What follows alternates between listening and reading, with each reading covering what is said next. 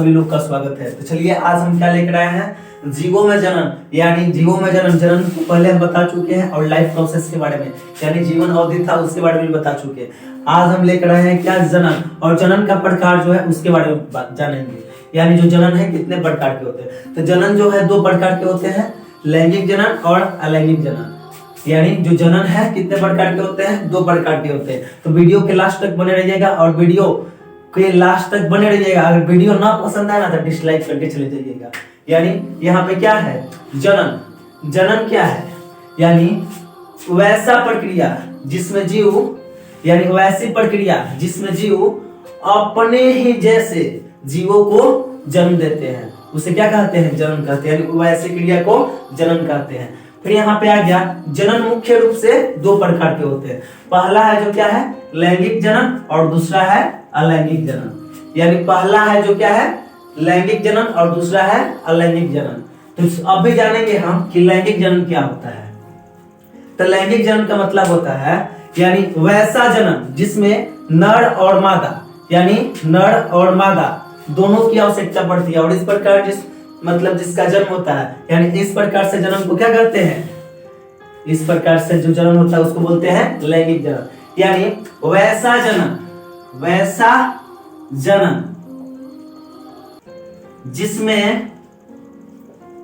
जिसमें नर तथा मादा के मिलने से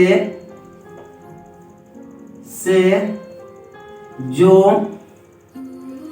जीव जन्म लेता है उसे लैंगिक जीवन कहते हैं, लैंगिक जनन कहते हैं। यानी वैसा जनन जिसमें नर और मादा, नर का मतलब क्या होता है, नर का मतलब क्या होता है और मादा का मतलब क्या होता है। नर का जो मतलब है क्या है, वैल्स, और गर्ल्स का है, मादा का मतलब क्या होता है, गर्ल्स होता है।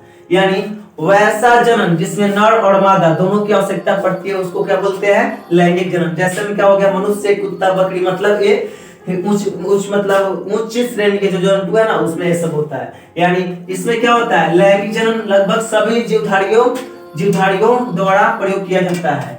यानी इसमें विपरीत लिंग वाले जीवों द्वारा नर तथा मादा युग्मक बनाए जाते हैं। यानी लैंगिक जनन लगभग सभी जीवधारी जीवों में पाया जाता है और इसमें विपरीत लिंग वाले जीवों द्वारा नर तथा मादा युग्मक बनाए जाते हैं। फिर यहाँ पे आगे हमारा सवाल, अलैंगिक जनन किसे कहते हैं। अलैंगिक जनन क्या है, यानी वैसा जनन जिसमें एक कोशिकीय जीव, इसमें अधिकतम क्या होता है, अधिकतम एक कोशिकीय जीव होता है। यानी वैसा जनन जिसमें एक कोशिकीय जीव यानी अकेले ही टूटकर यानी अपनी संख्या में वृद्धि करते हैं। यानी इसमें जो होता है जनक की ओनली एक जनक की आवश्यकता पड़ती है, उसको बोलते हैं क्या, अलैंगिक जनन कहते हैं। यानी क्या बोल सकते हैं, वैसा जनन जिसमें केवल एक जनकों की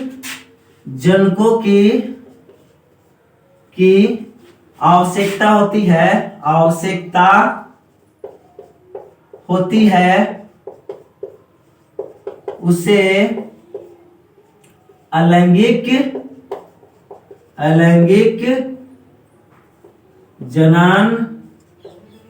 कहते हैं।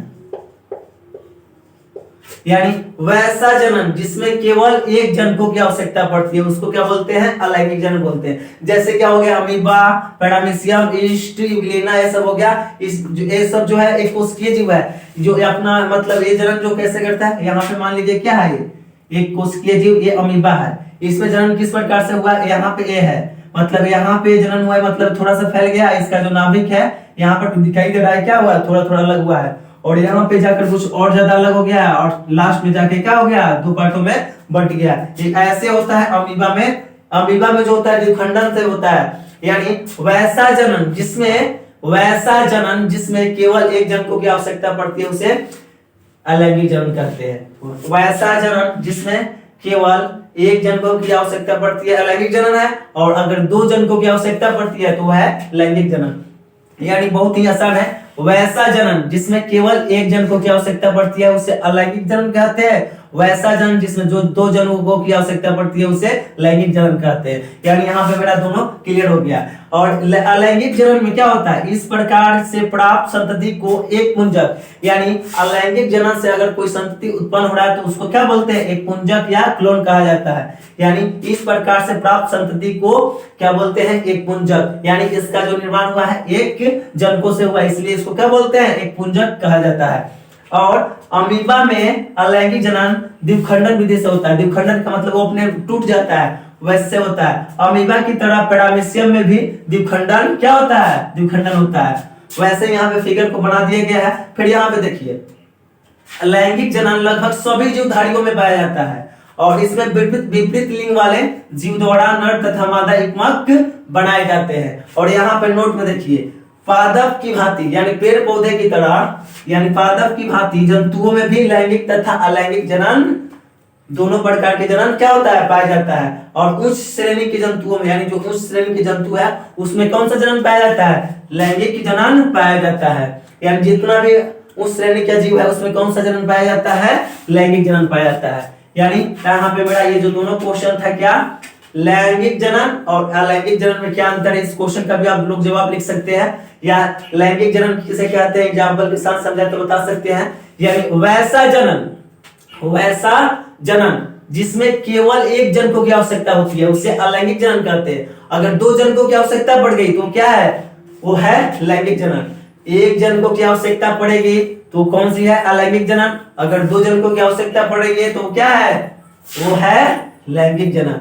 जैसे में क्या हो गया, कुत्ता बकरी बैल, ये सब क्या है, वो सब क्या है, लैंगिक जनन। और उत्तर जो है अलैंगिक जनन। तो आज के लिए इतना ही काफी है।